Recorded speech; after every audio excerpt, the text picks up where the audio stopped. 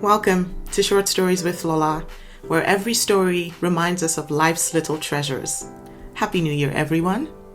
Today's episode is all about creating memories.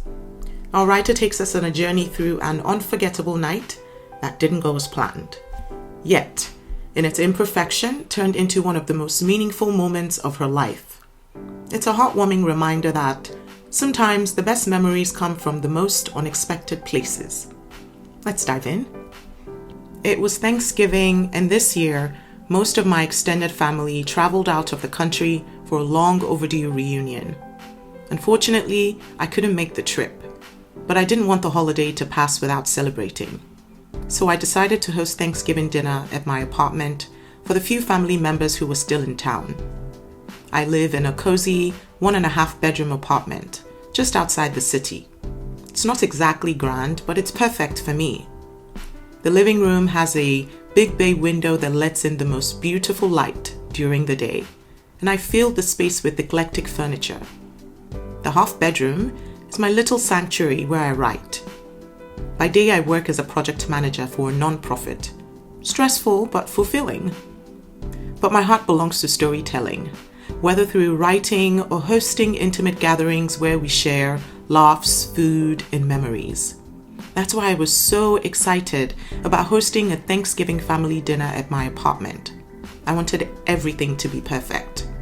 So I spent the entire day cleaning, decorating, and cooking, putting my personality into every detail. If I had to describe myself, I'd say I'm a little type A when it comes to hosting, maybe even a control freak. But I also love making people feel loved and cared for. The guest list was small, but the menu was ambitious. Turkey, garlic mashed potatoes, roasted Brussels sprouts, cornbread stuffing, and homemade apple pie. I wanted it to feel special, even if we were just a small group. The night started off as planned. My older sister, Vanessa, was the first to arrive. She's a lawyer, sharp and detail-oriented, and she walked in with her usual air of authority.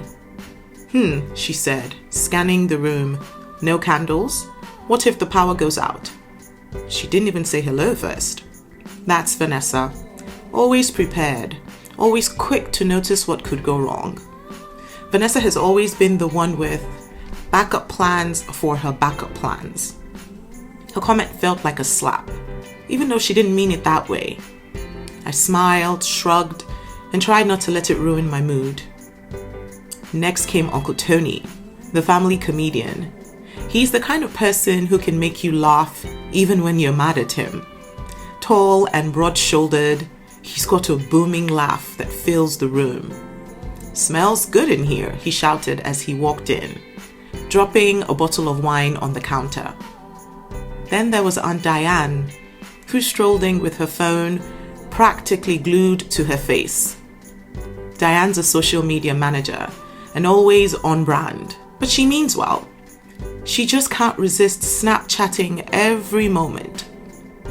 Finally, my 14-year-old cousin Maya arrived. Maya's quiet, always watching and listening, but when she speaks, it's like she's an old soul trapped in a tween's body. She's always been that way. Dinner started smoothly enough. The food was ready, the table was set, and everyone was laughing and catching up. But just as I was bringing out the main course, the lights flickered and then went out completely. For a moment, no one said anything. Then Vanessa broke the silence. "See? This is why you need candles. You should always be prepared for emergencies." Her voice was calm, but the words stung. I felt embarrassed, like I had failed at something as simple as hosting a dinner. Uncle Tony tried to lighten the mood. "Great. Now I can tell my stories with dramatic candlelight." Oh wait, we don't even have that. Everyone laughed, but it was awkward. Then Maya, sitting quietly at the table, said, "Maybe this is a good thing.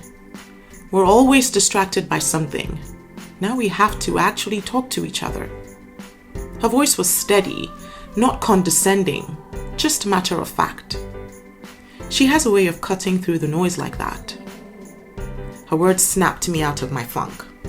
I dug around in the cabinets and found a box of tea lights in the kitchen drawer and placed them around the room. Their warm glow made the space feel intimate and cozy, and we decided to make the best of it. "All right," I said. "Since we don't have power, let's tell stories. Uncle Tony, you're up." His face lit up. "Did I ever tell you about the time I got chased by a goat at your parents' wedding?" Everyone groaned, but he started anyway. He described how, during my parents' wedding reception years ago, he thought it would be hilarious to borrow a goat from a nearby farm to take pictures. The goat, however, had other plans. "That thing took one look at me and I swear it was seeing red," he said, waving his arms dramatically. "Next thing I know, I'm running across a field in my best suit with a goat on my heels." He climbed a tree to escape and ended up stuck there until a farmer came to rescue him. By the time he was finished, we were all laughing so hard we could barely breathe. After that, the mood changed. Diane, who had been scrolling through her phone earlier, put it down and joined in a game of charades. Vanessa, who had seemed skeptical at first, jumped in to help me slice the turkey by candlelight, teasing me about my rustic dinner party vibes. And Maya? She kept us laughing with her spot-on impression of family members and that of Uncle Tony running from the goat, complete with sound effects. When the power finally came back on, we all cheered, but continued laughing, sharing memories and sneaking bites of the pie straight from the dish. That night taught me something important. I had spent so much time trying to make everything perfect, worrying about every detail, that I forgot what really matters. It wasn't the perfectly set table or the food.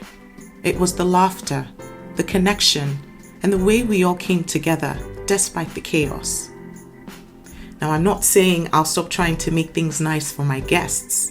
That's just a part of who I am. But I'm learning to embrace the messy, the imperfect moments, because sometimes they're the ones that stick with us the most. Thank you for letting me share my story with your listeners. I hope it reminds someone that even when the lights go out, there's always a way to find warmth and connection. This is Short Stories with Lola. I hope this story inspires you to embrace life's imperfect moments and create meaningful ones. Thank you for watching, listening, and sharing. Don't forget to hit the subscribe button so you never miss a story. And until next week, take care and keep making beautiful memories.